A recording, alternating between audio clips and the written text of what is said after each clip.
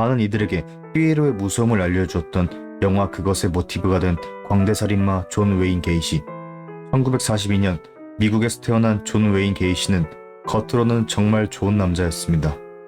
성공한 사업가였던 그는 자신이 번 돈을 아낌없이 어려운 이웃에게 베풀었습니다. 불우이웃은 물론이고 병원에 입원한 사람들과 고아원에 있는 아이들을 위해 피에로로 분장을 하고 놀아주기도 하면서 자원봉사를 하며 많은 도움을 주었고, 항상 인자한 모습과 부드러운 성격으로 사람들에게 매우 평판이 좋았습니다.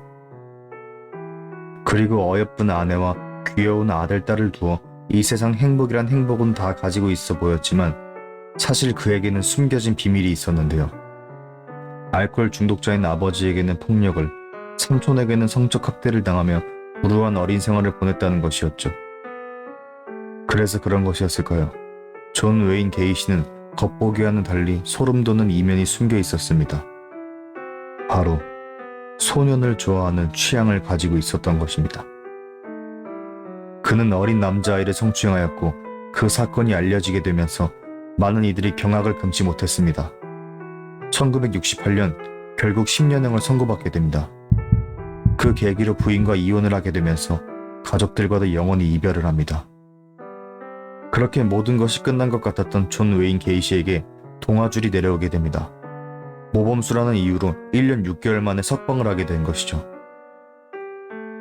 새 인생을 살게 된 존 웨인 게이시는 식당 주방장을 시작으로 일을 하다가 우연히 민주당의 청소 자원봉사를 하게 되었는데, 이 기회로 부역장이라는 자리에 오르게 되었고 열심히 활동을 하며 좋은 모습을 보이자 점점 인정을 받게 되었고, 그 후에는 영부인과 만나서 기념 촬영을 하게 되는 영광을 누리게 됩니다. 그리고 다른 여자와 재혼을 하여 새로운 가정을 꾸리며 재기에 성공을 하는 듯 하였지만 과거의 행실 때문에 그는 여러 소문에 시달리게 되는데요. 그래도 인간관계를 잘 쌓았는지 주변 사람들은 그 소문을 거의 믿지 않습니다. 그러는 와중에 사건이 일어나게 됩니다. 존 웨인 게이시의 직원이었던 한 사람이 실종이 된 것입니다. 실종된 남자의 부모는 게이시가 의심스러우니 수사를 해달라고 요청을 하였지만 아무런 증거가 나오지 않았고, 후에 또 다른 직원이 실종이 되었지만 역시 증거나 단서가 나오지 않아 그는 어영부영 빠져나오게 됩니다. 하지만 그의 마지막 희생자이기도 한 로버트 피에스트로 인해 그의 본 모습이 온 세상에 알려지게 됩니다. 15살이었던 로버트 피에스트는 약국에 다녀온다며 나간 후 그대로 실종이 되는데요. 그 소년 부모의 신고로 다녀온다고 했던 약국의 사장과 당시 약국에서 사장과 함께 있었던 존 웨인 게이시가 수사를 받게 됩니다. 그의 자택을 수사하는 와중에 주사기와 수갑은 물론 자신의 것이 아닌 운전면허증과 사이즈가 맞지 않는 옷들이 발견되었고, 집에서 나는 심한 악취들로 인해 더욱 의심을 받았습니다. 그리고 누군가의 신고를 받아 재수사를 하게 되었고, 결국 마루에서 시신들을 발견하게 되죠.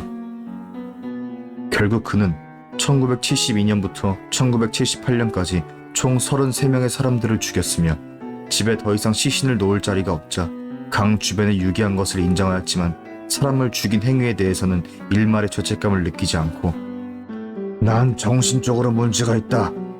그들이 나를 먼저 유혹했고 나의 돈을 뺏으려고 폭력을 휘두르자 난 방어하기 위해 어쩔 수 없이 사람을 죽였다. 난 정당방위다. 라는 어처구니 없는 말을 합니다. 하지만 사실은 달랐습니다. 납치 과정으로는 마약이나 돈으로 소년들을 유인하여 차에 태우고 집으로 데리고 온 뒤 입을 막고 수갑을 채워 성폭행을 하고 잔인하게 살인했던 것입니다. 그 후 사람들은 그가 아이들을 놀아줄 때나 공연을 할 때마다 피에로 분장을 했던 것을 떠올리며 그를 광대살인마라고 불렀습니다. 그리고 그는 사형 선고를 받아 1994년 5월 10일 죽기 전 마지막 유언을 하였는데, Kiss me ass 라는 비속어를 사용하여 많은 사람들이 분노하였지만 인과응보라고 하듯이 약물 주사 중에 문제가 생겨 약 30분간 고통에 몸부림치다가 사망했다고 합니다.